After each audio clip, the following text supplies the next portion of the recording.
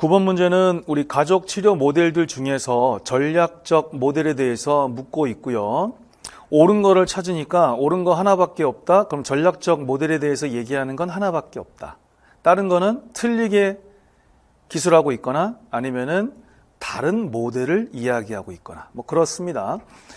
자, 일단 이론 공부해야죠.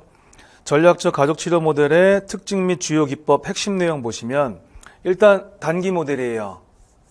좀 전에 문제 풀 때 단기의 위인, 행과, 전해 벌써 2번이나 얘기하네요. 이번 시간에도. 근데 이렇게 자꾸 얘기해줘도 자꾸 귀를 막는 사람들이 있어요. 그런 제자들이 이제 불합격하는 제자들이에요.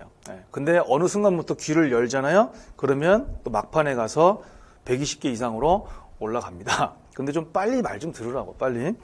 자, 단기의 위인, 행과, 전해.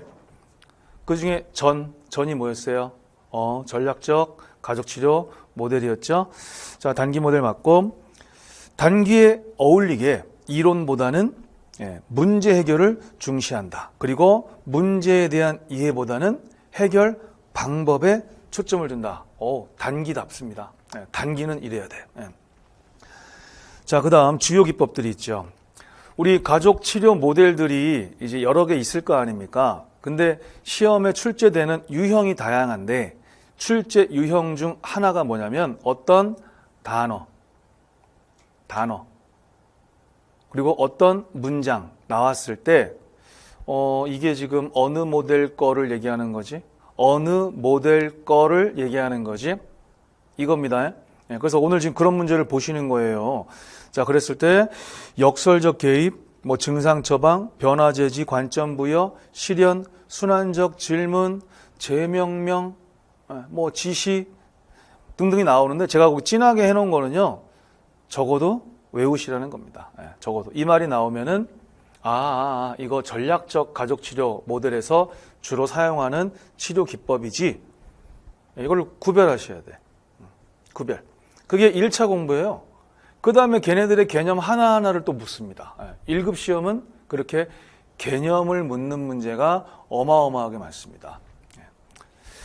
자, 그랬을 때 다시 갑니다. 역설적 지시고 역설적 개입 같은 말. 그 다음에 역설적 개입 안에는 증상 처방, 변화 제지, 관점 부여가 있네. 그 다음 실현, 순환적 질문, 재명명.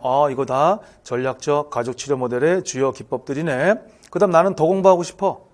나는 고득점 받을 거야. 그러면은 증상의 조작, 가장 내지는 가정이라고도 하고 지시라고도 하는데 이런 거 봤을 때 전략적 가족치료 모델 주요 기법이구나. 구별하셔야 돼요. 구별. 자, 그러면서 너무너무 중요한 거 1순위로 중요한 게 역설입니다. 역설. 자, 역설이라는 게 뭡니까? 치료자가 목표와 반대되는 것을 실행하도록 지시하는 겁니다. 목표에 해당하는 것 또는 목표로 가게끔 지시하는 게 아니고요. 목표와 반대되는 것을 실행하라고 지시하니까 그러니까 역설이죠. 그러니까. 그리고 그 역설적 개입 중에서도 가장 많이 활용하는 방법이 바로 증상 처방입니다. 증상 처방 볼까요? 가족들이 문제라고 제시한 증상, 즉 그 증상이 문제 행동이에요. 아까 뭐 술만 드시면 화를 내요. 그랬을 때 술을 먹는 행위, 화를 내는 행위, 이게 뭐예요? 증상, 문제 행동이죠. 자, 그랬을 때 그것을 하지 말라고 하는 게 아니고요. 하라고 해요. 하라고. 그러니까 역설에 해당이 되는 거죠. 자, 그래서 문제가 되는 행동을 하라고 한다 이퀄 증상 처방이지. 증상 이퀄 문제 행동. 문제 행동을 하라고 한다, 처방한다. 이거예요. 제일 많이 합니다. 제일 많이. 시험에 그런 예도 나왔어요. 아들이 결혼을 했습니다. 며느리가 생겼네요. 시어머니가 맨날 며느리한테 전화해가지고 아들 밥은 먹여서 보냈냐? 뭐 하면서 사사건건 연락을 취하시고 개입을 하시는 거죠. 근데 이제 시험 문제에 재밌는 증상 처방이 나온 거죠. 반대로 역설을 이제 지시합니다. 그래서 며느리한테 치료자가 이렇게 지시를 해요. 본인이 오히려 시어머니한테 전화를 해가지고 왜 어머니 지금은 왜 전화 안 하셨어요? 또 전화해가지고 어머니 왜 전화를 많이 안 하세요? 이렇게 그런 것도 역설이 그런 것도 역설이라고. 근데 그렇게 해가지고 어머니가 며느리한테 너무 많이 연락하는 거를 없애려고 하는 거죠. 어머니가 시어머니죠. 시어머니가 며느리한테 자꾸 연락하는 거 그게 증상, 문제 행동이잖아요. 뭐 그런 방법도 있어요. 그런 방법도. 그래서 역설도 여러 가지 방법들이 있다. 근데 어쨌든 문제가 되는 행동, 그 증상을 하라고 하는 게 역설 중에서도 증상 처방이다. 얘를 제일 많이 활용합니다. 그 다음 변화 제지는 변화를 하겠다고 하는데 그걸 부인하는 거야. 변화 가능성을 부인한다. 1급 시험을 저는 뭐 5년째 준비하고 있어요. 5년째. 선생님 찾아와서 선생님 제가 이제부터 열심히 공부할 겁니다. 그랬더니 아유 무슨 열심히 공부해. 열심히 공부하기는 하면서 이런 거예요. 제가 수업 시간에 이런 식으로 막 자극을 팍팍 드릴 겁니다. 자, 그 다음에 또 뭐가 있어요? 속도. 나는 빨리 변화하고 싶다. 이러는데 천천히 해. 뭘 이렇게 급하게. 나 한 달 동안 5kg 뺄 거야. 근데 왜 그래? 한 10년 동안 5kg 빼. 이런 식으로. 제가 일부러 이렇게 과하게 표현 드립니다. 기억 잘 나시라고. 그 다음 관점 부여는 문제를 더 크게 해석하는 거예요. 관점 부여. 공부를 열심히 안 하고 수업 때 이제 수업을 들었으면은 집에 가서 복습해야 되는데 복습을 뭐 하루에 1시간밖에 안 한대요. 선생님 그렇게 공부하시면 1급 시험 10년 준비하셔야 됩니다. 뭐 이렇게 과장하는 거죠. 과장. 이게 다 뭐예요? 역설. 그리고 어느 가족치료 모델에서 사용한다고요? 전략적 가족치료 모델에서. 항상 잊지 마세요. 이 분류. 이게 어디 거지? 누구 거지? 이거 제일 중요한 거예요. 자, 실현은 말 그대로 실현을 겪게 하는 거예요.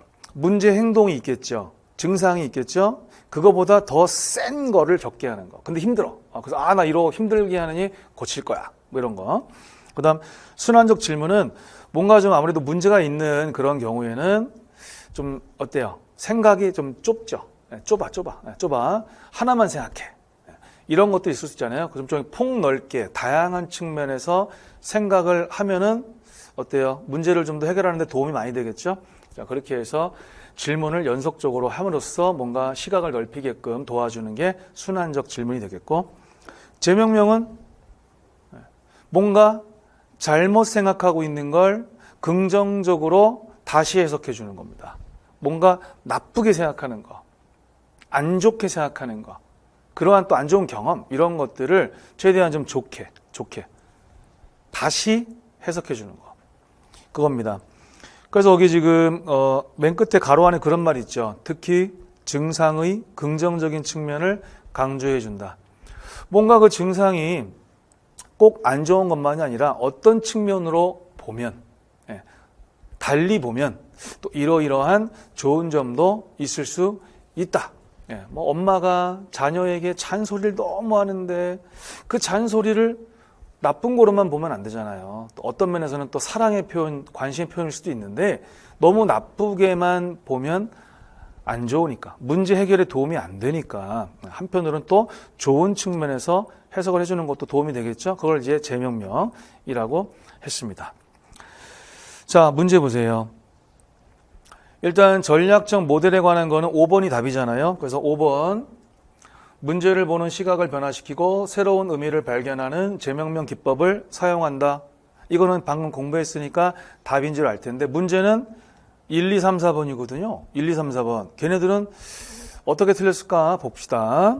이러면서 1급 시험의 출제 형태를 보는 거예요. 이런 형태의 문제가 엄청나게 많습니다. 엄청나게. 셀 수가 없어요.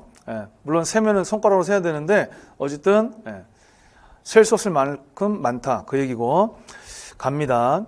역기능적인 구조의 재구조화를 개인 목표로 한다. 여기에 구조라는 말이 2번이나 나오네요. 착한 힌트라고 합니다. 저는 수업 시간에 제가 착한 힌트 이렇게 얘기하죠. 미누친이라는 학자가 있고요. 그 학자가 제시한 구조적 모델이 있습니다. 구조적 가족치료 모델이겠죠. 구조적 모델의 목적이 뭐냐면 가족의 구조가 잘못되었으므로 그 가족의 구조를 변화시키는 겁니다. 이거를 재구조화라고 하죠. 재구조화. 그럼 구조적 모델 하나 알았죠? 구조적 모델의 목적을 공부했네요. 2번. 증상 처방이나 고된 체험 기법을 비지시적으로 활용한다. 증상 처방이나 고된 체험 기법은 전략적 가족 치료 모델께 맞는데 뭐가 틀렸어요? 비지시적이 틀렸죠? 그래서 역설적 지시 이렇게도 표현하죠. 또 그냥 지시 기법도 있고요. 그렇게 해서 지시적이다라는 거. 3번. 가족 문제가 왜 일어났는지 파악하여 원인 제거에 필요한 전략을 사용한다. 그러면은 지금 전략적 모델은 아까 대표적인 단기 모델이었어요. 또 해볼까요? 단기의 위인, 행과 전해. 지금 벌써 이거 세 번째 했죠? 근데도 안 따라하고 귀 막고 나중에 본인이 후회합니다. 본인이. 자, 이렇게 해가지고 대표적인 단기 모델에 속했습니다. 근데 지금 원인 제거에 필요한 전략 그리고 왜 일어나는지 파악하고 이러면은 장기 치료가 될 수밖에 없어요. 프로이드의 정신분석 이론이 장기 치료일 수밖에 없는 게 그놈의 원인을 찾는데 그것도 과거에서 찾는데 엄청난 시간을 쓰기 때문에 장기 치료가 될 수밖에 없었어요. 자, 그 다음 4번.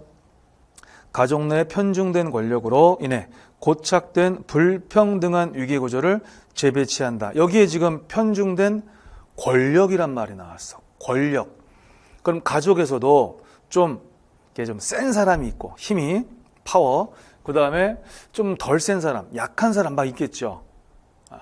이것도 구조의 문제예요. 구조의 문제고. 그 다음 고착된 불평등한 위계 구조. 구조란 말 또 나왔네. 위계 구조를 재배치한다. 뭔가 권력이 불균형되어 있으니 이거를 재배치한다. 이것도 재구조화입니다. 재구조화. 아까 재구조화가 목적인 모델 민우친의 구조적 가족치료 모델이었죠. 자, 다 중요한 거예요. 오늘은 전략적 모델 많이 본 거고 이거라도 알아놓으면 나중에 얼마나 도움이 될까 생각해 보시고